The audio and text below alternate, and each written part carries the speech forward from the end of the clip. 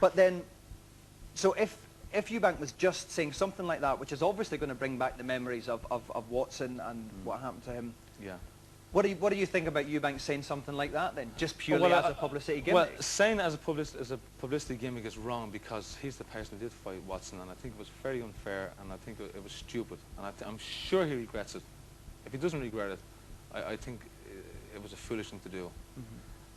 Adding to that, though, what happened to Michael Watson, I honestly believe, was an accident about to happen or a tragedy about to happen. Because I've seen Michael Watson fight, and Michael Watson was a very brave, tough, durable person. I seen him fight Mike McCallum, and Mike McCallum was at his best. Yeah. And I seen Michael Watson receive a beating, okay? And but he was one of these guys that wouldn't quit. He kept on trying. And I honestly believe that fight, maybe his corner, maybe the judges should have rescued him from receiving punches to the head that he should not have received. And I honestly believe, I had this conversation with media people, British boxing press, after the fight, that he's been hurt and maybe he's been damaged. Now, I think that took place sometime in 1990.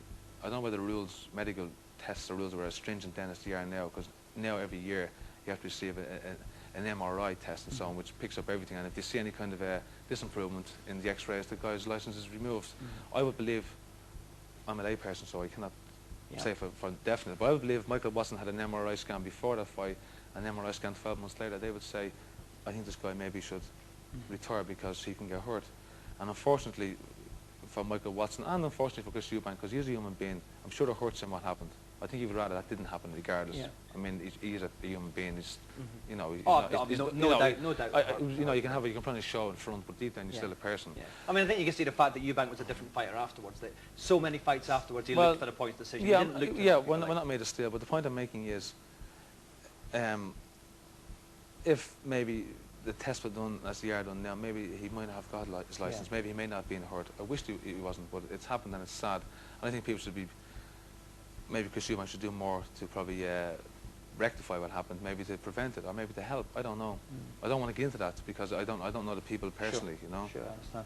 The some of the other comments we had on the tape from Mr. Abraham from the Boxing News. He said that Eubank had definitely brought boxing into disrepute with those comments, and he spoke very, very strongly against them.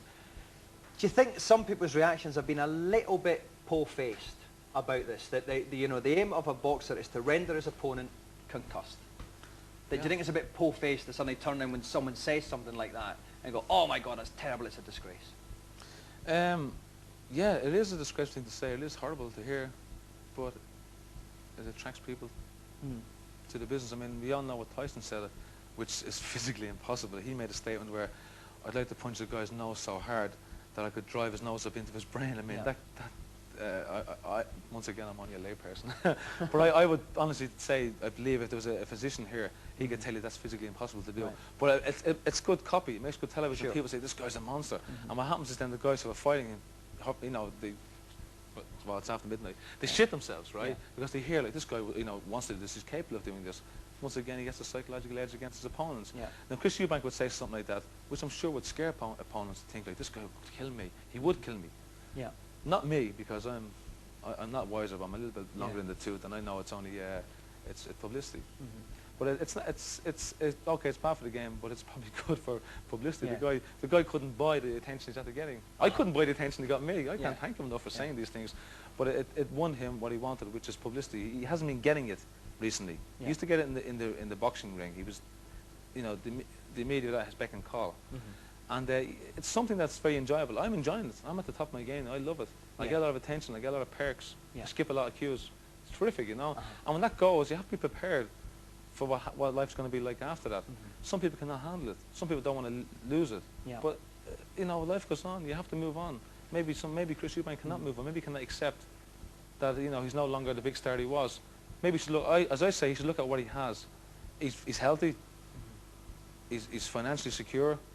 You know, he's got a healthy family. He's got a lot going for him.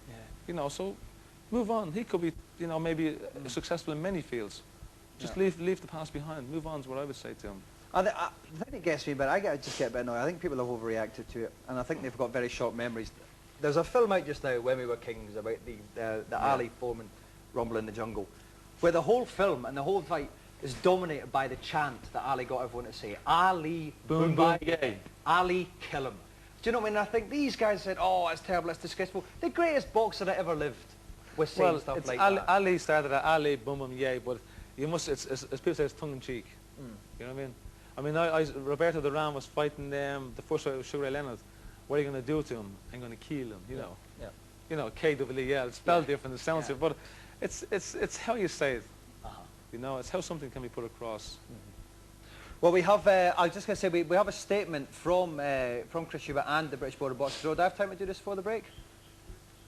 Okay, right, just to kind of wrap this kind of section up. We have a statement from Chris that he asked if it would be requested if it went out on this. And we have it on, it reads as follows. I am making this statement because various comments I made last week while I've been interviewed on Live and Dangerous have been taken out of context and misreported by some of the national press. I suggest to everyone it would be wise to watch the interview in its entirety before any comment or response is made. The British Boxing Board of Control have just notified me that having scrutinised this matter, including a tape of the programme, no action will be taken against me. On rare occasions I express myself using strong and direct terms. This is possibly because of what I do professionally. However, no offence was intended last week. I shouldn't think one would kill Steve Collins if he were to hit him with a high-powered ballistic missile. He has immense strength and resilience. Steve, you are a long-standing veteran of this extremely hard, individualistic business, and so far you have excelled. I wish you well, but now the pressure is on you. You have not been a champion for even half the time I was when you beat me. I'm rested now. I'm coming, Steve. I'm coming for you soon. Yeah. What do I say? Are you worried? Are you kidding me? No.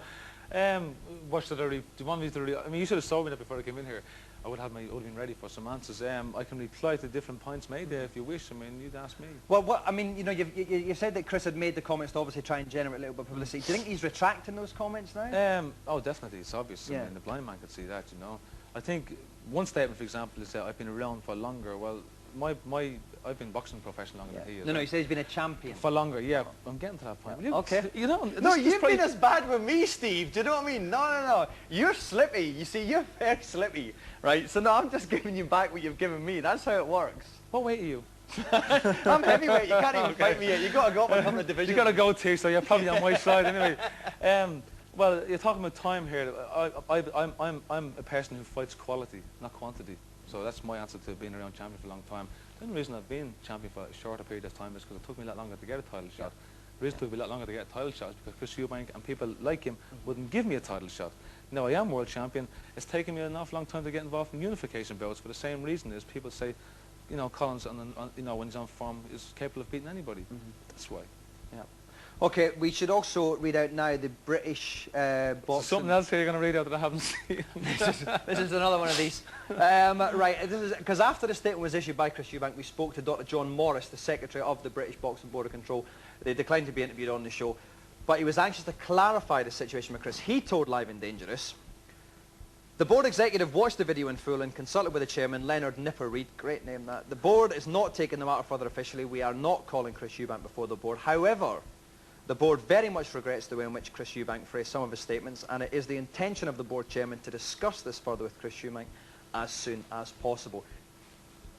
Do you think they're going to take that further, and is Eubank going to be headed for a rap in the knuckles, a fine, a ban, anything like that? Oh, I hope so, because what'll happen then is it'll bring up the whole charade again, and then people talk about Chris Eubank and they talk about me, and I'm sitting at home in my armchair and I'm getting promoted without leaving my house, you know? Yeah. Terrific. Yeah.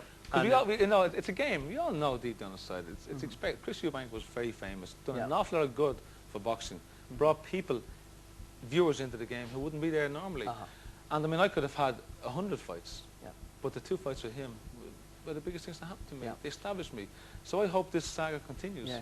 I mean, it is a game, but it's a game that invokes memories of tragedies like Michael Watson. Should you be playing a game and hyping on things like that? Which is what this is about. This whole thing is about Watson.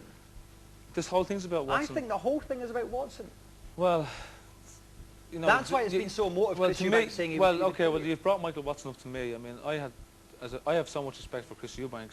Anybody gets into the ring and dons the gloves and gets out of the fight, you'll have to understand what's involved to appreciate him as much as a person like me would.